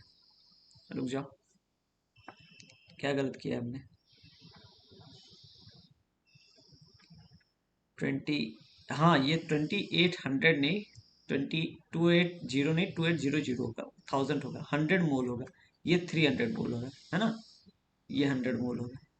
है ना, ग्राम से ये 1000 से आप मल्टीप्लाई करोगे, है ना, 2.8 को 1000 से मल्टीप्लाई करोगे तो कितना आ जाएगा, एक तो जीरो कट जाएगा, दो और लगेंगे, 2800 आएगा। ये छोटी सी गलती देखो, है ना। तो ये 300 रहेगा, और 300 के हिसाब से ये 9600 आएगा, और 9600 ग्राम को जब आप किलोग्राम में चेंज करोगे तो 9.6 आएगा। ये आपका आंसर सही हो जाएगा, ठीक है। तो ऐसी छोटी छोटी गलतियां, जब टाइम काफी हो गया ना, शायद आधे घंटे से ज्यादा, 1 घंटे पूरे होने वाले होंगे, तो इस वजह से दिमाग कम काम कर रहा है। तो 21 क्वेश्चन में ही दिमाग खराब गया है। 21 हो गया, 22 पे आ जाओ, ये भी बड़ा सा, इसको भी छोटा कर लेते हैं। तो क्वेश्चन क्या है, molecular weight of O2 22। Molecular weight of O2, अच्छा 22 ही तो है, 20 21 22, हाँ। Molecular weight of O2 and SO2 are 32 and 64 respectively at 15 degree Celsius, 150 mmg pressure. 1 liter of O2 contains n molecules. The number of molecules in 2 liter of SO2 under the same conditions and temperature भी काफी important question. Important क्या, आसान है लेकिन आप ध्यान नहीं देते इसलिए। ये बेसिकली एवोगैड्रो नाम का एक लॉ था, एवोगैड्रो लॉ, उसी के बेसिस पे क्वेश्चन है। एवोगैड्रो लॉ कहता है कि equal volume of gases will contain equal number of molecules। मतलब मॉलिक्यूल्स, अगर 1 लीटर, अच्छा at at equal temperature and pressure, same temperature and pressure, है ना, at same T and P, temperature and pressure बराबर होना चाहिए, ठीक है। तो उस केस में ये लॉ होता है कि equal volume of gases contain equal number of molecule. इसका मतलब क्या होता है, जैसे अगर 1 लीटर हमने O2 ले ली और उसके अंदर हम कहते हैं एक्स मॉलिक्यूल है, तो हम 1 लीटर जब N2 लेंगे तो उसके अंदर भी एक्स मॉलिक्यूल मिलेगा, 1 लीटर H2 लेंगे तो उसके अंदर भी एक्स मॉलिक्यूल लिखेगा। या फिर अगर हम कहते हैं 0.1 लीटर O2 में एक्स मॉलिक्यूल है, तो 0.1 लीटर N2 में भी एक्स मॉलिक्यूल होगा, 0.1 लीटर H2 में भी एक्स मॉलिक्यूल होगा, ठीक है। ये होता है एवोगैड्रो लॉ। अब यहाँ पे देखो कहा गया है कि 15 डिग्री सेल्सियस और 150 mg प्रेशर पे ऑक्सीजन जो है उसके n मॉलिक्यूल्स हैं। तो SO2 के कितने मॉलिक्यूल होंगे, सेम टेम्परेचर एंड प्रेशर पे, देखो same condition of temperature and pressure, यानी TNP जो है वो कांस्टेंट है, वो नहीं चेंज किया हमने, ठीक है। तो अगर O2 के n मॉलिक्यूल हैं तो SO2 के, लेकिन देखो यहाँ पे लिखा है 2 लीटर ऑफ SO2 और यहाँ पे लिखा है 1 लीटर ऑफ O2, यानी 1 लीटर ऑक्सीजन में, अगर 1 लीटर ऑक्सीजन में n मॉलिक्यूल हैं तो 1 लीटर SO2 में भी n मॉलिक्यूल ही होंगे। लेकिन क्योंकि 2 लीटर SO2 का पूछा गया है, तो 2 लीटर SO2 में 2n मॉलिक्यूल्स होंगे, और ये हमारा आंसर होगा। यानी अच्छा, इसका आंसर भी यहाँ नहीं दे रखा है, तो इसका आंसर मैं यहाँ बता देता हूँ आपको, है ना। पहला आंसर था n/2, दूसरा था 2n, तीसरा था 4n, और चौथा था n/4, ठीक है। तो 2n, यानी यहाँ पे बी वाला ऑप्शन आपका सही हो जाएगा, बी ऑप्शन यहाँ पे सही हो जाएगा, ठीक है। तो 22 हो गया, 23 पे चलते हैं। तो question 23, what volume of oxygen gas measured at 0 degree Celsius and 1 atmosphere, यानी एचटीपी पे, ठीक है, needed to burn completely 1 litre of propane gas C3H8 measured under the same condition. तो अगेन इसी तरह क्वेश्चन हमने ऑलरेडी किया था ना, उसमें इथाइलिन बर्न करनी थी, तो यहाँ पे हमें C3H8 बर्न करना है, यानी इसका रिएक्शन हमें O2 के साथ कराना है, जिससे हमें CO2 और वाटर, कार्बन डाइऑक्साइड और वाटर मिलेगी, है ना। तो अब इसको बैलेंस करना मैंने पता था आपको आना चाहिए। सबसे पहले कार्बन देख लो, तो 3 कार्बन इधर है, हम यहाँ पे 3 से तुरंत मल्टीप्लाई कर देंगे।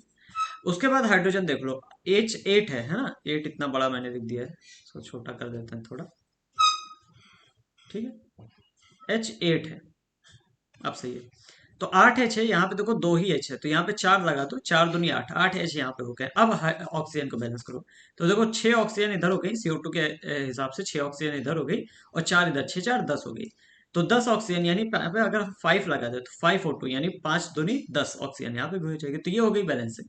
अब आपको पता चल गया 1 मोल के लिए 5 मोल O2 चाहिए, 1 मोल C3H8 को बंद करने के लिए 5 मोल O2 चाहिए। इसी को हम ऐसे भी लिख सकते हैं कि एक, अगर मॉलिक्यूल आपको बर्न करना है अगर एक मॉलिक्यूल आपको C3H8 का बंद करना है तो 5 मॉलिक्यूल आपको चाहिए होंगे O2 के। ठीक है, तो देखो ये नंबर जो लिखा होता है, जैसे यहाँ पे 1 लिखा है, यहाँ पे 5 लिखा है, ये चीज क्या क्या फॉलो करता है। ये नंबर आपको मोल के हिसाब से कह सकते हो। आप कह सकते हो एक मोल के लिए 5 मोल O2 चाहिए। आप इसको मॉलिक्यूल के हिसाब से कह सकते हो कि एक मॉलिक्यूल के लिए 5 मोल ऑक्सीजन चाहिए। इसको आप वॉल्यूम में भी कह सकते हो। तो ये हमारा एक बहुत बड़ा फायदा हो जाता है यहाँ पे, अगर आपको पता है ये चीज। इसको आप कह सकते हो कि 1 लीटर वॉल्यूम अगर आपको C3H8 का बर्न करना है तो उसके लिए 5 लीटर आपको O2 चाहिए होगा। ठीक है, तो ये वॉल्यूम मैंने फालतू लिख दिया, इसको इरेज कर देते हैं। वॉल्यूम के टर्म में आप कह सकते हो कि 1 लीटर अगर आपको C3H8 बर्न करना है तो उसके लिए 5 लीटर O2 चाहिए। समझे? तो यहाँ से अभी तुरंत हमारा आंसर आ गया। अगर यही चीज अगर आपको नहीं पता होती तो आपको काफी टाइम लग जाता है इसमें। ठीक है, तो 23 हो गया। 24 है। In the reaction 4NH3 plus 5O2 gives 4NO plus 6H2.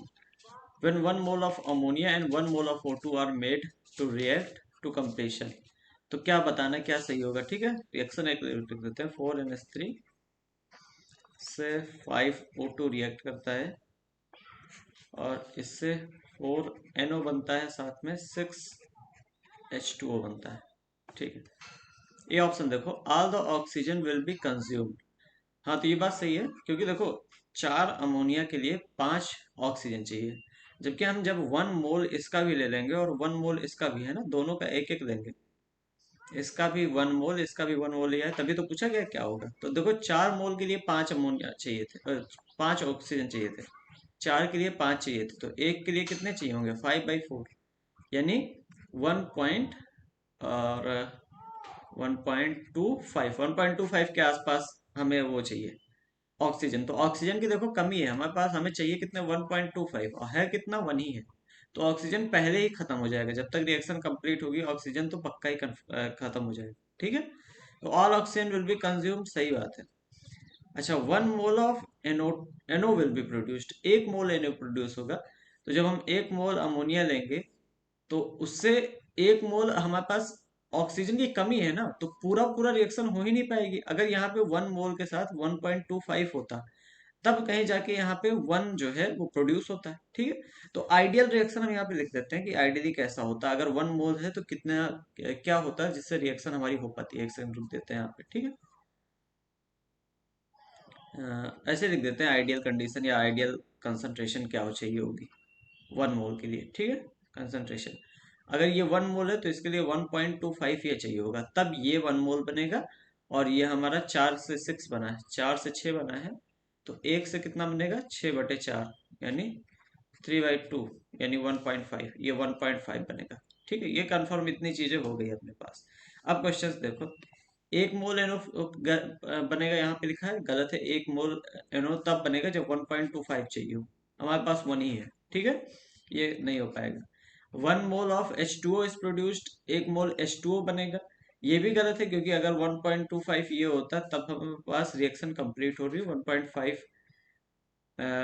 H2O बनता। अच्छा, 1 मोल है तो कितना बनेगा, तब भी नहीं बन पाएगा। अगर 5 O2 है तब यही आके 6 बन रहा है, तो अगर 1 O2 होता है 1 मोल तो 6/5 के आसपास बनता है, यानी वही 1.25 है ना।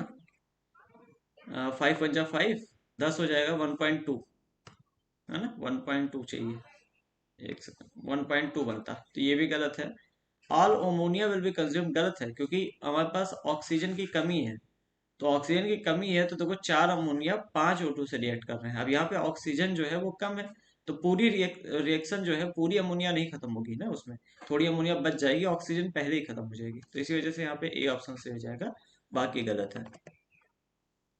25 देखो, volume of CO2 obtained by complete decomposition of 9.85 gram of BaCO3। अब इसका वो आपको पता होनी चाहिए रिएक्शन है, इसको इस तरह क्वेश्चन हम ऑलरेडी कर चुके हैं।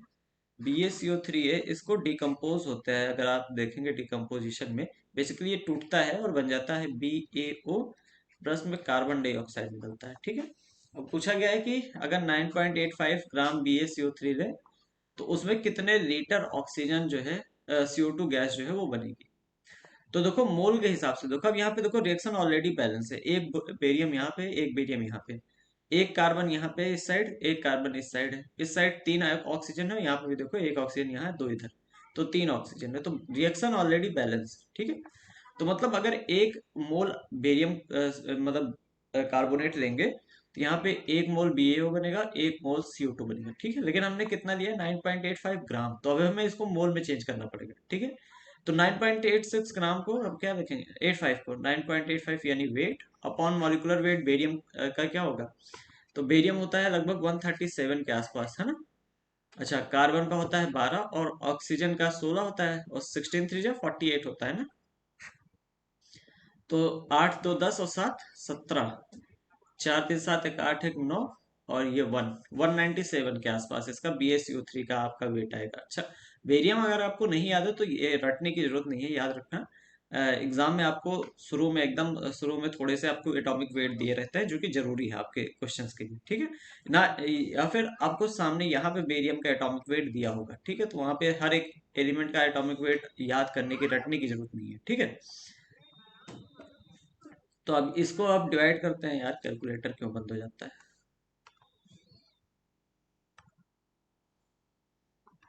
तो आओ देखो calculator, 9.85 divide by 197, 9.85 divided by 197, 0.05 आ गया,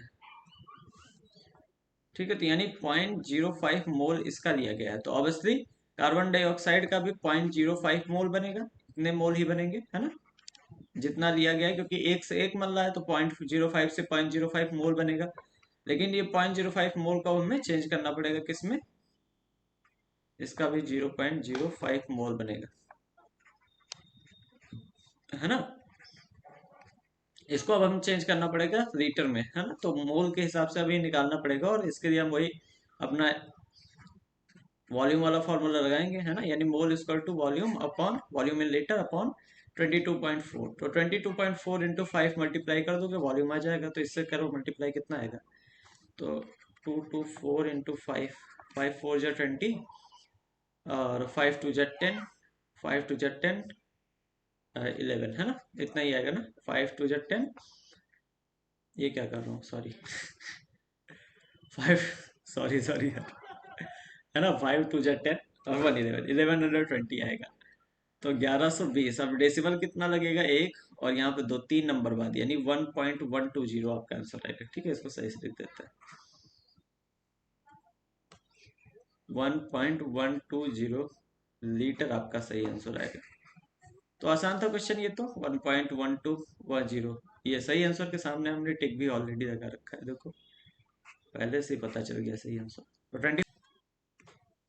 26 26 पे 10 gram of hydrogen and 64 gram of oxygen were filled in a steel vessel and exploded, amount of water produced in the reaction will be. देखो, तो हमारे पास हाइड्रोजन है, इसको ऑक्सीजन के साथ react कराया गया, एक स्टील वेसल में डाल दिया, ये एक्सप्लोड कर गए। एक्सप्लोड क्यों कर गए, क्योंकि वाटर बन गया, ठीक है, H2O। अब H2O ये गैस के फॉर्म में बना होगा, तभी एक्सप्लोजन हुआ होगा ना, यानी यहाँ पे हाइड्रोजन गैस ली थी हमने, ऑक्सीजन गैस ली थी, और वाटर बना, एक्सप्लोड कर गया, ठीक है। तो क्या हो गया, अमाउंट ऑफ वाटर प्रोड्यूस, इस रिएक्शन में कितना वाटर प्रोड्यूस होगा, अगर इसको 10 ग्राम ले रखा है, इसको 64 ग्राम ले रखा है, तो पहले रिएक्शन थोड़ा बैलेंस कर लो, ठीक है। यहाँ पे दो हाइड्रोजन है, हाइड्रोजन यहाँ पे भी दो है, ऑक्सीजन यहाँ पे एक है, इधर दो है, तो हम यहाँ पे अगर मान लो तो दो लगा देते हैं, तो दो ऑक्सीजन हो गई, लेकिन हाइड्रोजन चार हो गए, तो यहाँ पे दो लगा दो, ठीक है, रिएक्शन बैलेंस हो गई, हाँ बैलेंस हो गई। तो अगर 10 ग्राम हमने H2 ले रखा है, तो मतलब कितने मोल हो गए, है ना, मोल कितने हो गए इसके, मतलब वेट यानी 10 अपॉन मॉलिकुलर वेट 2, यानी 5 मोल हो गए इसके, है ना। इसके 64 है हमारे पास, 64 के कितने मोल हो गए, 64/O2 यानी 32, 2 मोल हो गए ये हमारे पास, ठीक है। और इससे मिला क्या है, 2 मोल हमारे पास वाटर मिला है, ठीक है, 2 मोल। अब यहाँ पे एक चीज देखो, यहाँ पे लिमिटिंग रिएजेंट का शायद कॉन्सेप्ट हमारे पास काम आएगा, लिमिटिंग रिएजेंट का कॉन्सेप्ट, ठीक है, कोई बड़ी बात नहीं है, बहुत अजीब सा बहुत सिंपल सा कॉन्सेप्ट है, ठीक है। तुम ये देखो कि दो हमारे पास H2 के मॉलिक्यूल्स होंगे, या 2 मोल H2 होगा, वो एक से रिएक्ट करेगा, ठीक है। मतलब जितना मोल H2 है उसके आधे मोल ऑक्सीजन का यूज हुआ है यहाँ पे, या फिर ऑक्सीजन जितना है उसके 2 गुना H2 का यूज हो पाएगा। ठीक है, यहाँ पे देखो ऑक्सीजन कितना है हमारे पास, ना देखो ऑक्सीजन कितना है 2 मोल, तो H2 जो है वो हमारा 4 ही मोल यूज हो पाएगा, 1 मोल यहाँ पे बच जाएगा। ठीक है, तो ओनली 4 मोल यूज होगा, ओनली 4 मोल H2 यूज्ड। H2 जो है वो 4 ही मोल यूज होगा, 1 मोल यहाँ पे बच जाएगा। तो हम ऐसा लिख सकते हैं कि ये 4 मोल यूज होगा, ये 2 मोल यूज होगा, उसके बाद यहाँ पे ये 2 मोल मिलेगा, तो 1 मोल हमारा हाइड्रोजन बचा ही रहेगा। अब यहाँ पूछा गया अमाउंट ऑफ वाटर प्रोड्यूस, तो अब हम इसके हिसाब से यानी 4, 2 और 2 के हिसाब से हम देखें तो 2 मोल वाटर यहाँ पे प्रोड्यूस होगा। ठीक है, तो दो, अच्छा लिमिटिंग रिएजेंट क्या कहता है कि मतलब जो कम होगा वो खत्म हो जाएगा पहले, है ना, यही कहता है, जो कम वो पहले खत्म, है ना, वो पहले खत्म। ठीक है, तो यहाँ पे लिमिटिंग रिएजेंट कौन है, इस केस में ऑक्सीजन जो है वो लिमिटिंग रिएजेंट है। ठीक है, इसको ऐसे एरो से बना के दिखा देते हैं कि जो ऑक्सीजन है वो लिमिटिंग रिएजेंट है। ठीक है, क्योंकि 2 ही मोल है ना, और हाइड्रोजन हमारा बच जा रहा है। अभी ऑक्सीजन 2.5 मोल होता तो पूरा 5 मोल हाइड्रोजन यूज हो जाता। ठीक है, तो हमारे पास 2 मोल क्या कहते हैं वाटर प्रोड्यूस होगा, और मोल ही पूछा गया था, तो यहाँ पे डी ऑप्शन सही हो जाएगा। तो आसान क्वेश्चन था। 27 देखो, 25.3 ग्राम ऑफ सोडियम कार्बोनेट यानी Na2CO3, इसको डिजोल्व किया जाता है in enough water to make 250 ml of solution, जैसे 250 ml सोल्यूशन होता है। If sodium carbonate dissociates completely, molar concentration of sodium ion Na and carbonate ion CO3 - 2R। तो अब देखो यहाँ पे मोलरिटी का कॉन्सेप्ट आया। तो इस चैप्टर में मैंने बोला था 2 चीजें इंपॉर्टेंट है, एक्चुअली इस चैप्टर में तीसरी चीज बहुत इंपॉर्टेंट है, जो कि कंसंट्रेशन टर्म्स। ठीक है, तो जैसे इस क्वेश्चन में हमें मोलरिटी निकालना है, ये कैपिटल M लिखा हुआ है, ये सब कंसंट्रेशन टर्म्स है। ठीक है, तो 25.3 ग्राम हमारे पास Na2CO3 है, 2CO3 है, इसका हम 25.3 ग्राम ले लें, 25.3 ग्राम ले लें, और इसको वाटर में डिजोल्व कर रहे हैं, वाटर में इसको H2O में डिजोल्व कर रहे हैं, जिससे कि 250 ml का सोल्यूशन मिल जाएगा, 250 ml का सोल्यूशन मिल जाएगा। ठीक है, अगर सोडियम कार्बोनेट डिसोसिएट करता है यानी Na2CO3 टूट जाता है, अगर एक Na2CO3 टूटेगा तो आपको पता होना चाहिए कि उससे 2Na+ मिलेंगे और एक CO3 - 2 आयन मिलेगा। ठीक है, तो ये 3 आयन टोटल हमें मिलेंगे। ठीक है, कंप्लीटली पूरी तरीके से टूट जाता है, तो मोलर कंसंट्रेशन क्या होगा, सोडियम आयन यानी Na+ का कितने मोलर कंसंट्रेशन होगा, और CO3 - 2 का कितने मोलर कंसंट्रेशन होगा, ये आपको पूछा गया। और मोलर मास आपका NO2CO3 का दे रखा है। ठीक है, तो सबसे पहले हम क्या करते हैं, इसको थोड़ा सा छोटा करके इधर लिख देते हैं। ठीक है, क्योंकि जगह चाहिए होगी, और इसको भी छोटा करके यहाँ कर देते हैं। ठीक है ना। अब देखो सबसे पहले हम मोल निकाल देते हैं, कितना मोल होगा उसका Na2CO3 का। तो वेट NaCO3 का दे रखा है हमें कि 25.3 ग्राम हम निकाल रहे हैं, और इसका एटॉमिक वेट हमें भी देखा है, मॉलिक्यूलर वेट यानी कि 106 दे रखा है ऑलरेडी, है ना। तो इसको हमें डिवाइड करना है, तो कितना आएगा, कैलकुलेटर का यूज कर लेते हैं, है ना। तो 25.3 डिवाइडेड बाई 106, 0.238, तो लगभग 0.239 कर लो, क्योंकि 86 था, है ना, तो 0.239 कर लो, इतने मोल है। अब मोलैरिटी जो होती है, मोलैरिटी, इसका फॉर्मूला होता है कि आपको सॉल्यूट का मोल ऊपर रखना होता है। तो सॉल्यूट का मोल हमने निकाल लिया 0.239, तो मोल्स ऑफ सॉल्यूट यानी 0.239 अपॉन वॉल्यूम ऑफ सॉल्यूशन। तो सॉल्यूशन का वॉल्यूम देखो 250 ml सॉल्यूशन बनाया गया है। ठीक है, लेकिन हम वॉल्यूम ऑफ सॉल्यूशन लीटर में लिखना होता है, तो 250 लिखेंगे हम, अपॉन 1000 करेंगे, 1000 ऊपर चला जाएगा। ठीक है, लीटर में क्योंकि चेंज किया हमने, तो ये हो जाएगा 25 चौक ये हो जाता है, तो 4 से ये मल्टीप्लाई होगा, कितना आ जाएगा, 4 9 जा 36, और 4 3 जा 12, 3 15 5, और 4 दुनिया 8 एक 9। तो 0.956 ये हमारी मोलैरिटी हो जाएगी सॉल्यूशन की, ठीक है। तो अच्छा, इतनी मोलैरिटी है सॉल्यूशन का, इसका क्या मतलब होता है मोलैरिटी का, कि हमारे पास इतने मोल्स, ये मोलैरिटी है, कैपिटल एम है, इसका मतलब होता है इतने मोल Na2CO3 है, इतने मोल Na2CO3 है 1 लीटर में। 1 लीटर में Na2CO3 इतने मोल है। तो अगर 1 लीटर में इतने Na2CO3 है, तो ये देखो इसका मतलब क्या हुआ, इसका मतलब हुआ हमारे पास जो दोनों आयंस को देख लो, Na प्लस जो आयन होगा, क्योंकि 2 गुना है Na प्लस आयन, है ना। देखो एक Na2CO3 अगर टूटता है तो 2 Na आयन मिलता है। तो हमें 0.956 से 2 को मल्टीप्लाई करना होगा और उतना हमारे पास क्या कहते हैं Na प्लस का आयन आ जाएगा। और हमारे पास जो कार्बोनेट आयन है CO3 2 ये तो उतना ही आएगा, यानी 0.956, ये इतना ही आ जाएगा, ठीक है। तो अच्छा, इसको 2 से मल्टीप्लाई कर दो, 6 दूनी 12, 2 6 12 है ना, 2 5 10 और 11, और 2 9 18। तो 18 और 1 19, तो डेसिमल लगाओगे यहाँ पे 1.912। तो इतना इतना कैपिटल एम मोलैरिटी ऐसे लिख देते हैं। 1.192 M इसका मिल जाएगा और 0.956 M इसका मिल जाएगा, ठीक है। तो ये दोनों हमारे आंसर हो जाएंगे, यानी 1.912 और 0.5956। तो 0.956 और 1 पॉइंट, अच्छा इन्होंने इसको 1.190 लिया है और 0.955 ले लिया, ठीक है। तो थोड़ा सा अप्रोक्सीमेशन में हमारी इधर उधर हुई होगी, इनसे थोड़ा अलग आया आंसर, ठीक है। तो यही ए ऑप्शन हमारे यहाँ पे सही हो जाएगी। लेकिन किसका, एक मिनट, सोडियम का पहले लिखना है ना, तो बी ऑप्शन सही होगा। हमें पहले सोडियम का लिखना है, एक मिनट, बी ऑप्शन यहाँ पे सही होगा, पहले हमें सोडियम का लिखना है, ठीक है। इसको हटा देते हैं, नहीं तो आपको कंफ्यूजन होगी इससे, है ना। पहले सोडियम का लिखना था फिर कार्बोनेट का, इसलिए बी ऑप्शन सही हो गया। 27 हो गया। अब चलते हैं 28 पे। क्वेश्चन 28 देखो।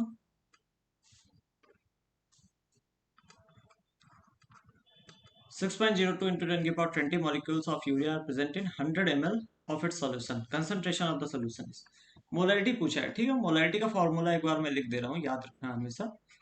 मोलैरिटी क्या होता है, मोल्स ऑफ सॉल्यूट, ठीक है, upon volume of solution in litre. तो लीटर में सॉल्यूशन का वॉल्यूम रखना जरूर है, ठीक है।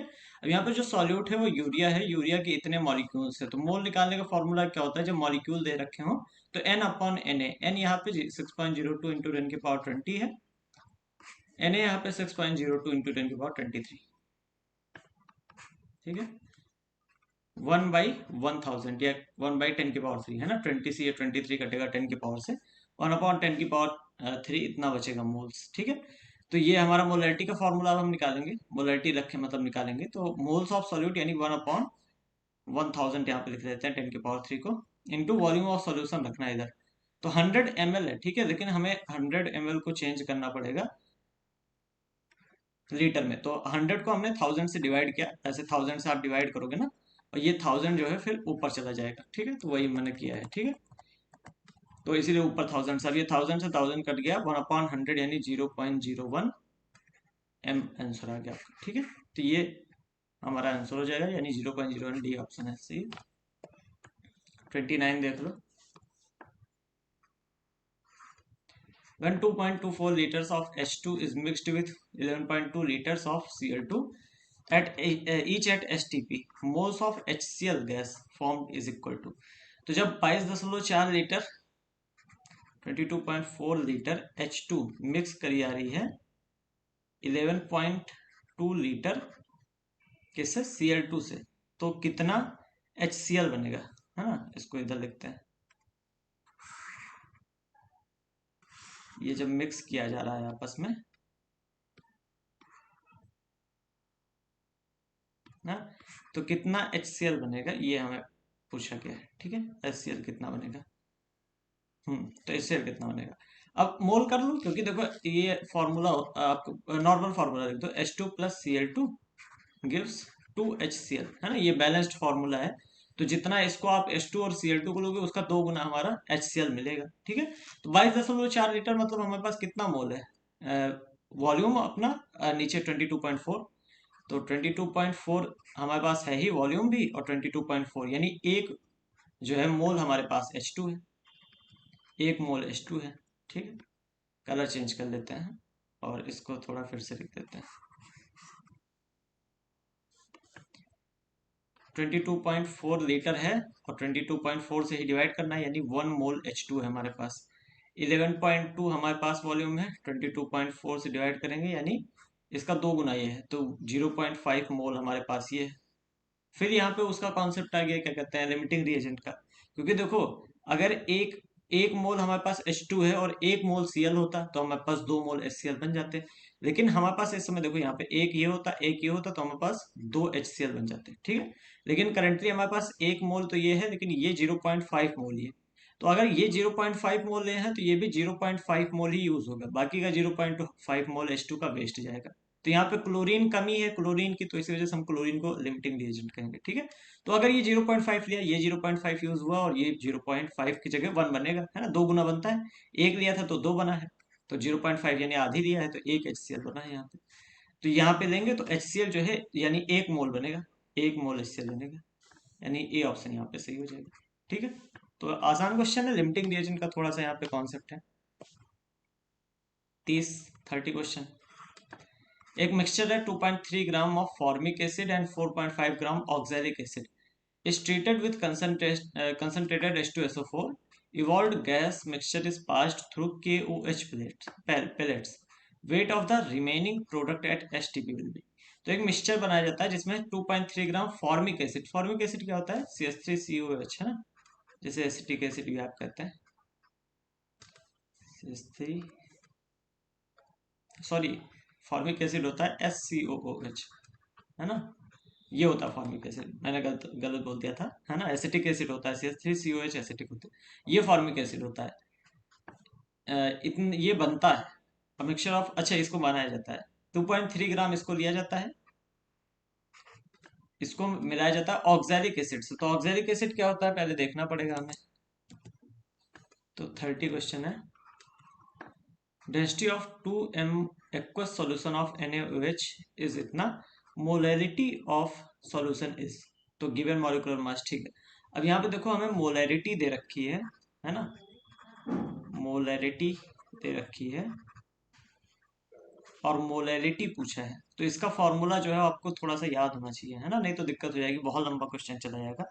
तो इसका फॉर्मूला मैं यहाँ पे लिख देता हूँ, और ये एनसीईआरटी में नहीं है तो आपको याद करना पड़ेगा। 1000 × एम यहाँ पे कैपिटल एम मोलैरिटी है, ठीक है, स्मॉल एम मोलैरिटी है, ठीक है। मोलैरिटी को कैपिटल एम लिखते हैं, स्मॉल एम मोलैरिटी को लिखते हैं, है ना, अपॉन 1000 × D माइनस यहाँ पे होता है capital M small M of A. अब यहाँ पे देखो स्मॉल एम ऑफ ए जो है, क्योंकि यहाँ पे स्मॉल एम जो है वो मोलैरिटी है, यहाँ पे जो एम ए लिखा हुआ है ये ये जो है वो मॉलिकुलर वेट है, ठीक है, मॉलिकुलर वेट है जो कि हमारा NaOH का दे रखा है, ठीक है, मॉलिकुलर मास जैसे मॉलिकुलर वेट कर लो, ठीक है। तो अब इसी में सॉल्व करना है आपको, रखना है क्वेश्चन वैल्यूज रखनी है। तो m equal to 1000 into capital M हमें दो रखा है, दो दे रखा है, 1000 इंटू डी हमें दे रखा है 1.28 दे रखा है, माइनस कैपिटल अगेन अगेन दो रखा है, और 40 NaOH का मॉलिकुलर वेट 40 है ना, यानी 2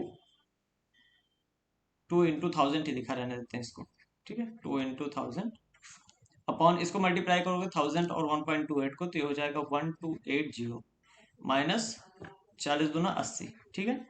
ये हो जाएगा 2 इंटू 1000 अपॉन 1200, ठीक है। ये जीरो जीरो, ये जीरो जीरो कट जाएगा, 2 6 12 हो जाएगा, 10/6 आएगा। अब 10 डिवाइडेड बाई 6 करो, तो 6 1 जा 6, डेसिमल 40 एलेक्सा स्टॉप, है ना, 6 1 जा 6 करो तो 4 आ गया 40, तो 40 हो गया अगर, तो क्या कहते हैं, 6 6 जा 36, फिर 40 आ जाएगा, फिर 6 जा 1.66 के आसपास, यानी 1.7 आप मान सकते हो।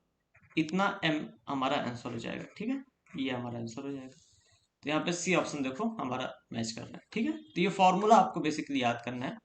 इस फॉर्मूले में क्या कौन है ये भी आपको याद करना है। ठीक है, थोड़ा सा इस कर देते हैं। इसका पीडीएफ आपको मिल जाएगा, ठीक, टेलीग्राम पे आपको मिल जाएगा, तो आप डाउनलोड कर लेना वहां से। 32 देख लो। 32 देख लो। Number of moles of hydrogen molecules required to produce 20 moles of ammonia through Haber's process. तो हेबर्स प्रोसेस क्या है? ये N2 plus 3H2 gives 2NH3। Iron as a catalyst यहाँ पे यूज किया जाता है, इसको हेबर्स प्रोसेस कहते हैं। तो amount of number of moles of hydrogen molecules required, को हाइड्रोजन के कितने मोल चाहिए to produce 20 mole of ammonia. तो अगर इसका 20 मोल अमोनिया प्रोड्यूस करना है तो उसके लिए हाइड्रोजन के कितने मोल चाहिए। अब तुम देखो, अगर इसका 1 मोल होता है तो इसके 3 मोल से रिएक्ट करता है ना, और इससे 2 मोल अमोनिया प्रोड्यूस होता है। ठीक है, तो अगर इसका 2 मोल, 2 का हम 20 कर दें तो ये 3 का हमें 30 चाहिए, 30 मोल H2 चाहिए होगा। ठीक है, और 10 मोल हमारे पास अमोनिया चाहिए होगा, मतलब N2 चाहिए होगा। तो 10 अगर N2 ले, 30 H2 ले, तो 20 मोल हमें NH3 मिलेगा। यहाँ पे 30 आंसर हो जाएगा, डी ऑप्शन सी। ठीक है, तो इसमें कुछ खास है ही नहीं सॉल्व करने लायक, बस खत्म क्वेश्चंस, है ना। हाँ, तो यहीं पे हमारे क्वेश्चंस खत्म होते हैं, 32 तक के क्वेश्चन। ठीक, तो यहीं पे हमारा चैप्टर खत्म होता है। और वीडियो कैसा लगा ये चीज़ कमेंट करके जरूर बताना। ठीक है, अच्छा लगा हो तो दोस्तों के साथ शेयर करना। मिलते हैं अगले वीडियो में, तब तक के लिए बाय।